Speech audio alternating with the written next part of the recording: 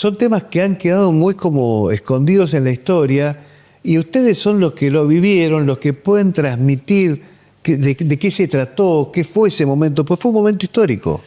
Sí, sobre todo porque la historia ha sido tergiversada históricamente en nuestro país, no solamente en los acontecimientos de los Carapintadas, sino en muchos otros hechos que hemos vivido. Y lamentablemente, como decís vos, los medios masivos de comunicación responden a un relato y se ciñen a él. Y la gente, y sobre todo la juventud, no conoce la realidad de los hechos contados por sus propios protagonistas, con más detalle, menos detalle, a veces en contradicción, porque cada uno vivió su experiencia. Claro.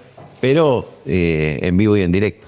No, y bueno, un poco la idea de la producción, de Martín, de Matías, era venir acá, porque estas cosas las podemos hacer por streaming y poder hablar más por sistemas remotos, pero no es lo mismo que charlar. La charla, la comunicación es más fluida. Y más natural. Más natural. Más natural. Bueno, para empezar, a ver. Nosotros empezamos con Juan José. La primera pregunta que le hicimos fue si ustedes eran golpistas. ¿Ustedes fueron a hacer un golpe de Estado? No. Eso quedó claro para la justicia. Lamentablemente no para la prensa y la opinión pública, porque la tergiversaron, uno de los hechos más importantes. El primer levantamiento, el de Semana Santa de 1987, tenía un objetivo bien claro, que era lograr que los generales asumieran la responsabilidad por dos hechos fundamentales.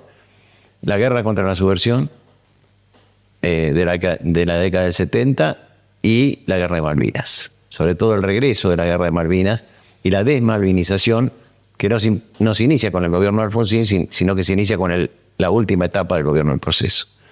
Para nosotros, los mandos no asumían su responsabilidad, eran responsables, como todo comandante.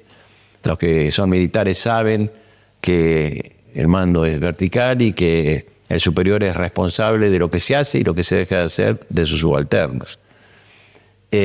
Permitieron un avance. ¿Se delega, cómo era? Se delega,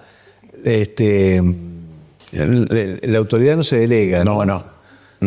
Uno puede delegar una misión, claro, una acción, pero la responsabilidad, perdón. No puede delegar la autoridad, pero no la responsabilidad. Porque en última instancia, si delegó mal, es responsable también. Es así que el primer levantamiento, que lo encabeza el general Aldo Rico. Vos participás de los 4 alzamientos. Hay 4 alzamientos Carapintadas. Es fundamental, y me insisto mucho en esto, no confundir la tablada. La tablada es todo lo contrario. La tablada tiene la importancia de que es el antecedente del último levantamiento. Claro. Porque es uno de los motivos del último levantamiento. Después, si querés, después profundizamos, me parece perfecto, en ese levantamiento. Pero ¿los numeramos de nuevo? Semana Santa, Monte Caseros, Villa Martelli y el 3 de diciembre. Así lo denominaron. Sí. La prensa fundamentalmente, igual que término Carapintada. Sí.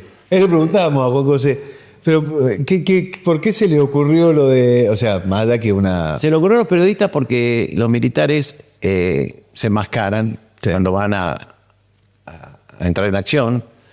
Y hay 2 tipos de enmascaramiento. La cara toda negra durante la noche y cortando los rasgos durante el día. Entonces los periodistas lo vieron y dijeron los Carapintadas. Claro. Y quedó. Y ya quedó. Sí. Y ya quedó. Me decías, ese levantamiento lo encabeza Aldo Rico. Lo encabeza Aldo Rico. ¿Qué grado tenías ahí, Gustavo? Yo ya era capitán. Capitán. Sí, yo fui muchos años capitán porque no me dejaban ascender más, así que estuve como 10 años de capitán. No me echaban, pero me dejaban para continuar en el grado. Un capitán eterno. Así que fui un capitán muchos años.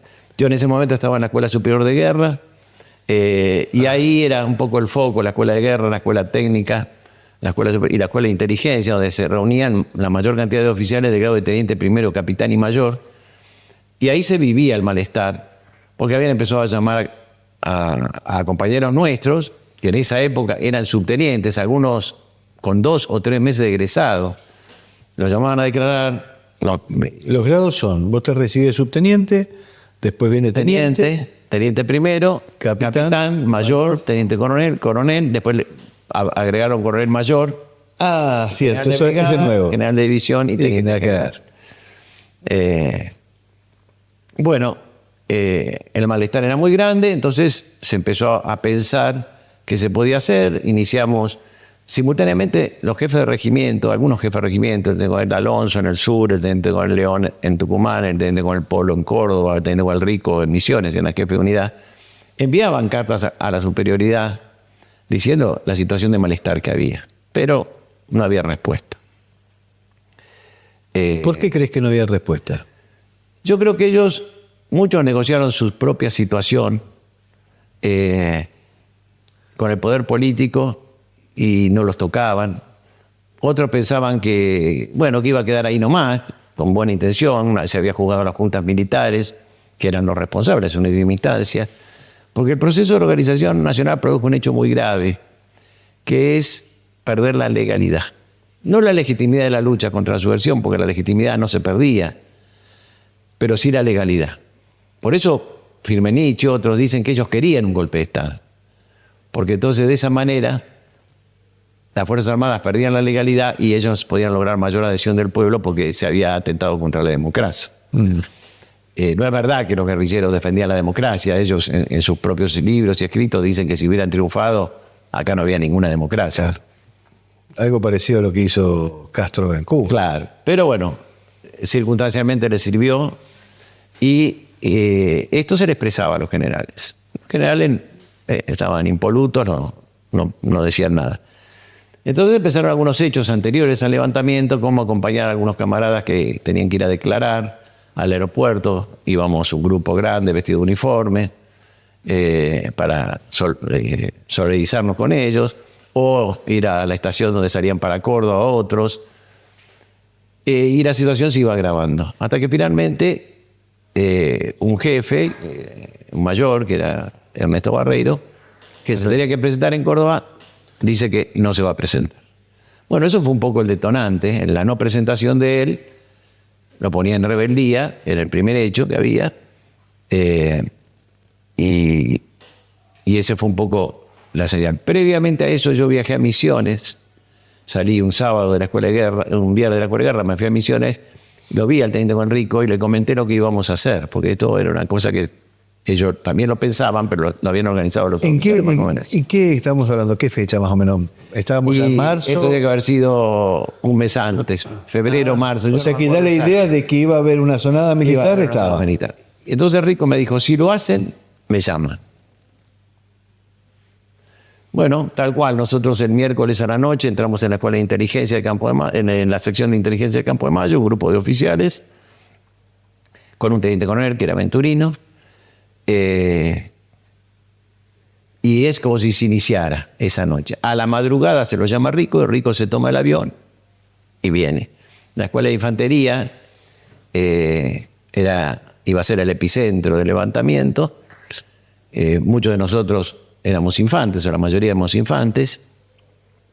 Había gente de caballería, como el señor Martínez Subiría, el mayor Mercado y demás, y otros más. Pero la base fundamental era la infantería. Rico llegó.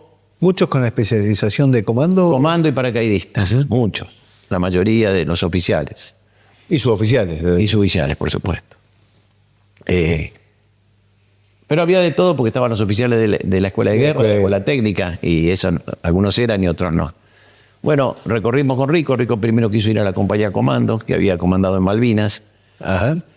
Ahí no estuvieron en contra, pero tampoco el jefe dijo que había que preservar la especialidad, que si se sumaban. De ahí fuimos hasta la Escuela de Suboficiales, yo fui con Rico, y de ahí entramos a la Escuela de Infantería, que estaba semi-tomada. Y ahí un teniente coronel Listorti, paracaidista, un gran paracaidista y un gran soldado, ya tenía bajo control la escuela. Entró Rico y ya oficialmente se inició el levantamiento. En realidad había empezado en Córdoba, porque Barreiro se había metido en el regimiento de paracaidistas. Bueno, ese fue el primer levantamiento. Rico inmediatamente sacó un comunicado y habló en la prensa diciendo que no se trataba de un golpe de Estado, que este era un problema estrictamente militar. Y empezaron las conversaciones.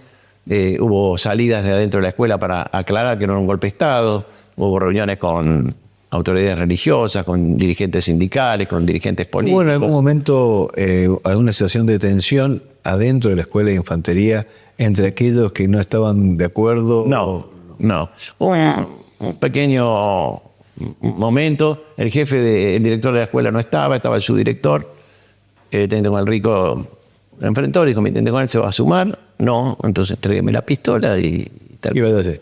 Ese. Que era una buena persona, entiendo, sí. No todos los que estaban del otro lado, claro. No hay que pensar eso de ninguna manera, había buenos profesionales, muy buenos soldados que no estaban de acuerdo. La mayoría, para ese levantamiento, nos decía que compartían los objetivos, pero no el procedimiento de rebelarse. Ajá. Siempre dijeron eso y lo siguen diciendo hoy, ¿no? El nuevo estacionamiento medido digital de la ciudad ya está en funcionamiento. Si estacionás en las calles que utilizan este sistema, tenés que pagar usando la app SEM Mendoza, disponible en Play Store y App Store. Es fácil, te registrás con tus datos, indicás la patente e iniciás y finalizás el estacionamiento cuando lo necesites. También podés escanear los QR y conocer los comercios donde comprar crédito. Conocé las calles, los horarios y más info en ciudaddemendoza.gov.ar.